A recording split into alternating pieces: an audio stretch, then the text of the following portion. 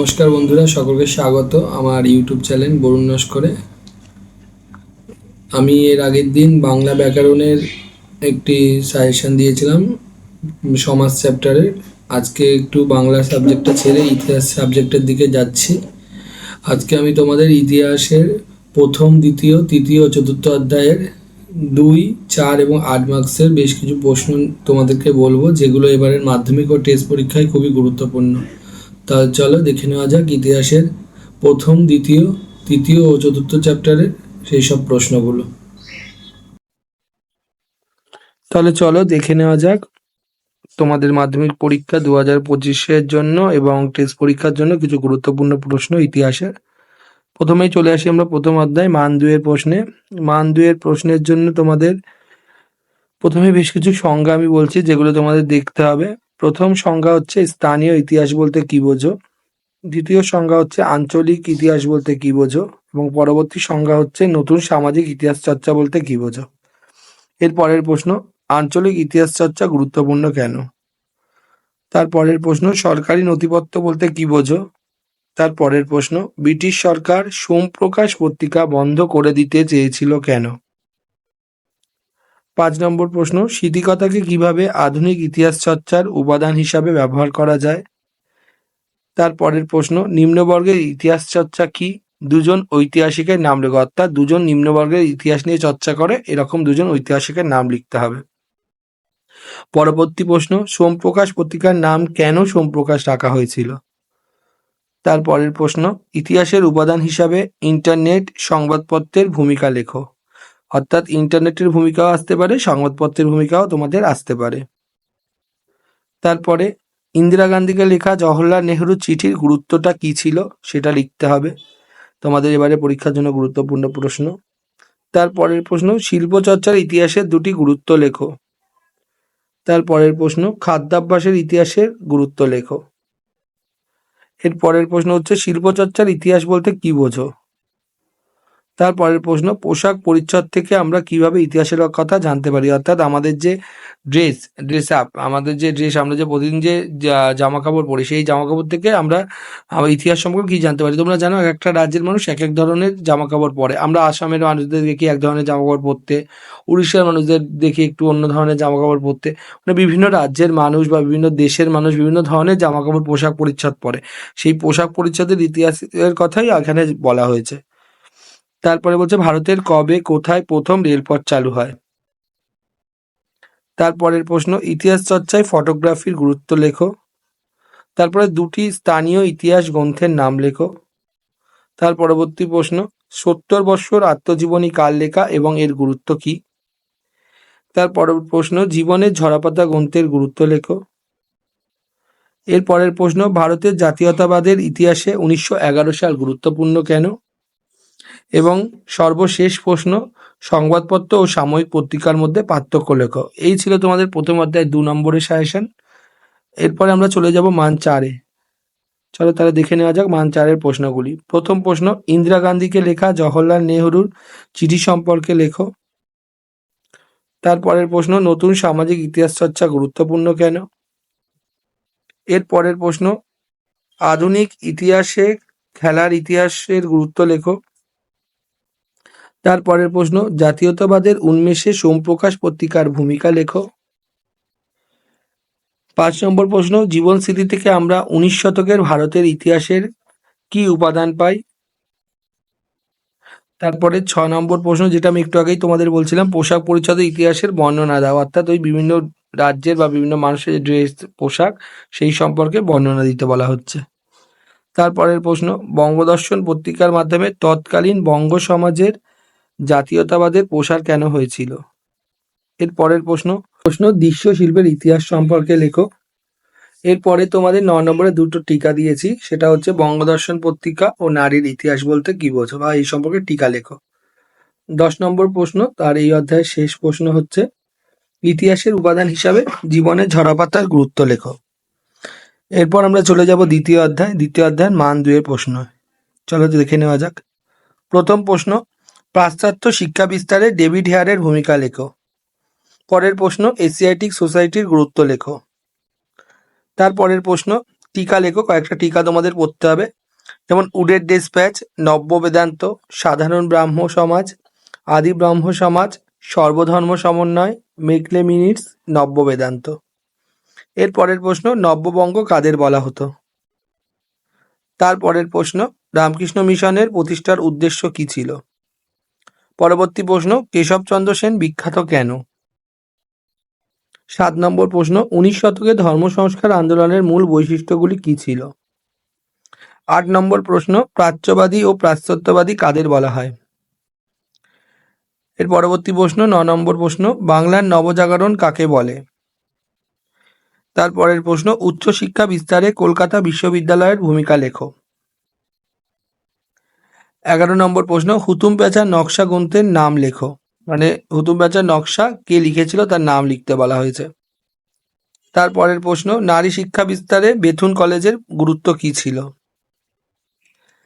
তারপরের প্রশ্ন, প্রাচ্য পাশ্চাত্য দ্বন্দ্ব কি?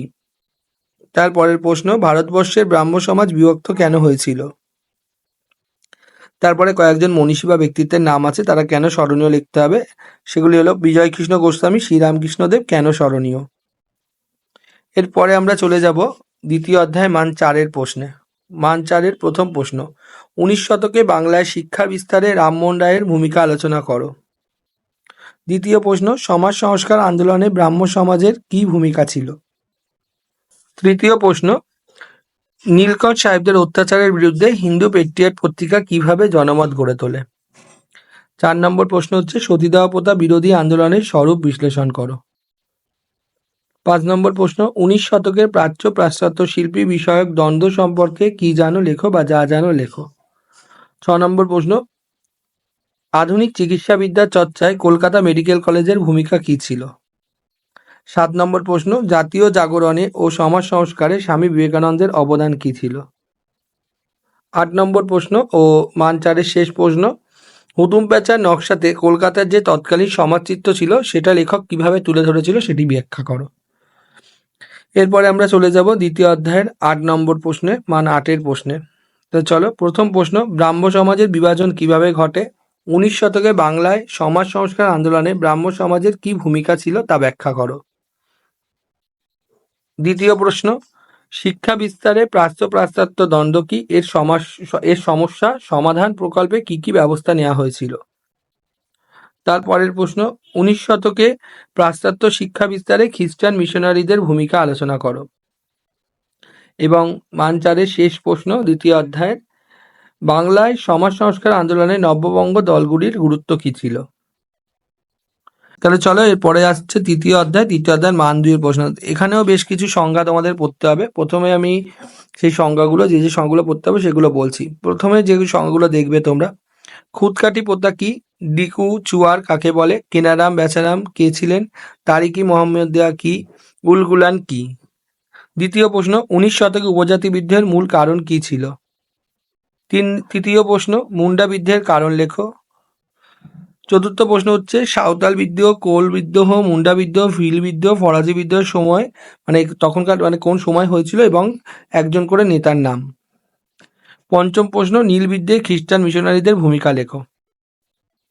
6 নম্বর প্রশ্ন, ভারতবর্ষে কোম্পানির উদ্যোগে নীল চাষ শুরু হয়েছিল কেন?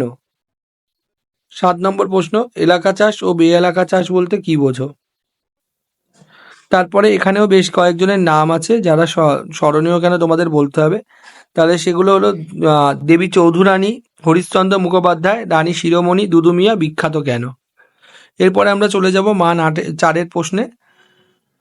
মান 4-এর প্রথম প্রশ্ন, তিতুমির ওয়াহাবি আন্দোলনকে এগিয়ে নিয়ে যাওয়ার জন্য কি ভূমিকা গ্রহণ করেছিল তা ব্যাখ্যা করতে হবে। দ্বিতীয় প্রশ্ন, চুয়ার বিদ্রোহের কারণ লিখতে হবে। এর পরবর্তী প্রশ্ন, নীল বিদ্রোহের সাফল্যের কারণ লেখো। 4 নম্বর প্রশ্ন, সন্ন্যাসী ফকির বিদ্রোহের কারণ লেখো। পঞ্চম প্রশ্ন, সাঁওতাল বিদ্রোহের কারণ লেখো। 6 নম্বর প্রশ্ন, তারিকি মোহাম্মদিয়ার মূল ভাবধারা মুসলিম সমাজে কিভাবে জাতীয়তাবোধের সৃষ্টি করেছিল তা ব্যাখ্যা করো।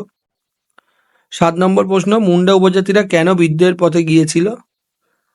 8 নম্বর প্রশ্ন, কৃষকদের উপর নীলকণ্ঠ সাহেবদের অত্যাচার, সেই অত্যাচারের বিবরণ দিতে হবে।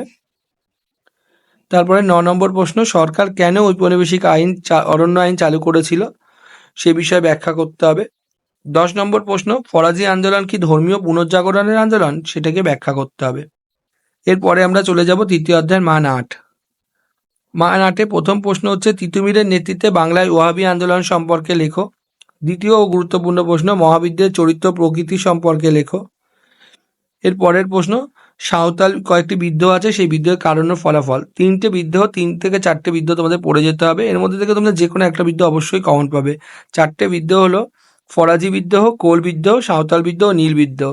এই 4টে বিদ্রোহের কারণ ও ফলাফল তোমরা দেখে যাবে, অবশ্যই তোমরা একটা বিদ্রোহ এখান থেকে কমন পাবে পরীক্ষায়। তারপরে 4 নম্বর প্রশ্ন হচ্ছে, ব্রিটিশ শাসনকালে ভারতে সংগঠিত বিভিন্ন কৃষক আন্দোলন সম্পর্কে লেখো। এরপরে আমরা চলে যাব চতুর্থ অধ্যায়ের মান 2-এর প্রশ্নে। প্রথম বেশ কয়েকটা সংখ্যা তোমাদের দিতে হবে। সেই সংখ্যাগুলো হচ্ছে, ইলবার্ট বিল বলতে কি বোঝো, সভা সমিতির যুগ বলতে কি বোঝো, বঙ্গভাষা প্রকাশিকা সভা বলতে কি বোঝো এবং চৈত্র মেলার সংজ্ঞা দাও। তারপরের প্রশ্ন, বঙ্গভাষা প্রকাশিকা সভাকে রাজনৈতিক প্রতিষ্ঠান কেন বলা হয়। তৃতীয় প্রশ্ন, জমিদার সভা ও ভারত সভার মধ্যে পার্থক্য লেখো। চতুর্থ প্রশ্ন, ভারত সভা গঠনের উদ্দেশ্য ও গুরুত্ব লেখো। পঞ্চম প্রশ্ন, ইলবার্ট বিল কি, এই বিলের প্রতিক্রিয়া আলোচনা করো। 6 নম্বর প্রশ্ন, মহারানীর ঘোষণাপত্রের মূল উদ্দেশ্য কি ছিল, বঙ্গভাষা প্রকাশিকা সভা কবে কেন প্রতিষ্ঠিত হয়েছিল। 7 নম্বর প্রশ্ন, মহাবিদ্রোহকে কি জাতীয় সংগ্রাম বলা যায়। 8 নম্বর প্রশ্ন, আনন্দমত কিভাবে জাতীয়তাবাদী ভাবধারাকে প্রভাবিত করে, তা লেখো বা ব্যাখ্যা করো। 9 নম্বর প্রশ্ন, মহাবিদ্যের প্রত্যক্ষ কারণ কি ছিল। প্রশ্ন 10 নম্বর প্রশ্ন, ভারতের জাতীয় চেতনার বিকাশে গোড়ার ভূমিকা কি, অর্থাৎ গোড়া উপন্যাসের ভূমিকা কি। এর পরের প্রশ্ন, জাতীয় জাগরণে বর্তমান ভারত পত্রিকায় বিবেকানন্দের ভূমিকা লেখা, অর্থাৎ বিবেকানন্দের লেখা বর্তমান ভারত পত্রিকার ভূমিকা। এরপরে আমরা চলে যাব মান 4-এ। মান 4-এর প্রশ্ন হচ্ছে, কয়েকটা সংজ্ঞা ও তাদের গুরুত্ব তোমাদের পড়তে হবে। প্রথম কয়েকটা সংজ্ঞা গুরুত্ব বলছি। ভারত সভা ও সমিতির যুগ বলতে কি বোঝো, ভারত সভা বলতে কি বোঝো। তারপরে ইলবার্ট বিল বলতে কি বোঝো, মহারানীর ঘোষণাপত্র বলতে কি বোঝো, ল্যান্ড হোল্ড রস সোসাইটি বলতে কি বোঝো, বঙ্গভাষা প্রকাশিকা সভার সংজ্ঞা দাও। এর পরের প্রশ্ন হচ্ছে, বর্তমান ভারত গ্রন্থ কিভাবে জাতীয়তাবাদের ভাবধারাকে প্রভাবিত করে। তারপরের প্রশ্ন, গগনেন্দ্রনাথ ঠাকুর কিভাবে বাবু সমাজের সমালোচনা করেন। 4 নম্বর প্রশ্ন, বঙ্কিমচন্দ্রের আনন্দমঠ উপন্যাস কিভাবে জাতীয়তাবাদী ভাবধারার প্রসারের পক্ষে সহায়ক হয়ে উঠেছিল। 5 নম্বর প্রশ্ন, মহাবিদ্যার প্রতি শিক্ষিত বাঙালির সমাজের মনোভাব লেখো। এরপরে আমরা চলে যাব মান 8-এর। মান 8-এর প্রথম প্রশ্ন, লেখায় ও রেখায় জাতীয়তাবাদের বিকাশের পরিচয় দাও। পরের প্রশ্ন খুবই গুরুত্বপূর্ণ, 1857 সালে মহাবিদ্যার চরিত্র প্রকৃতি লেখো।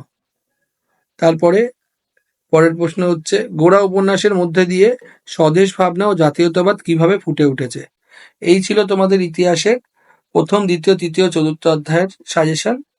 এরপরে অবশ্যই আমি তোমাদের পরবর্তী যে অধ্যায়গুলো আছে, অর্থাৎ পঞ্চম, ষষ্ঠ, সপ্তম এবং অষ্টম, সেগুলো অবশ্যই তোমাদেরকে দেব।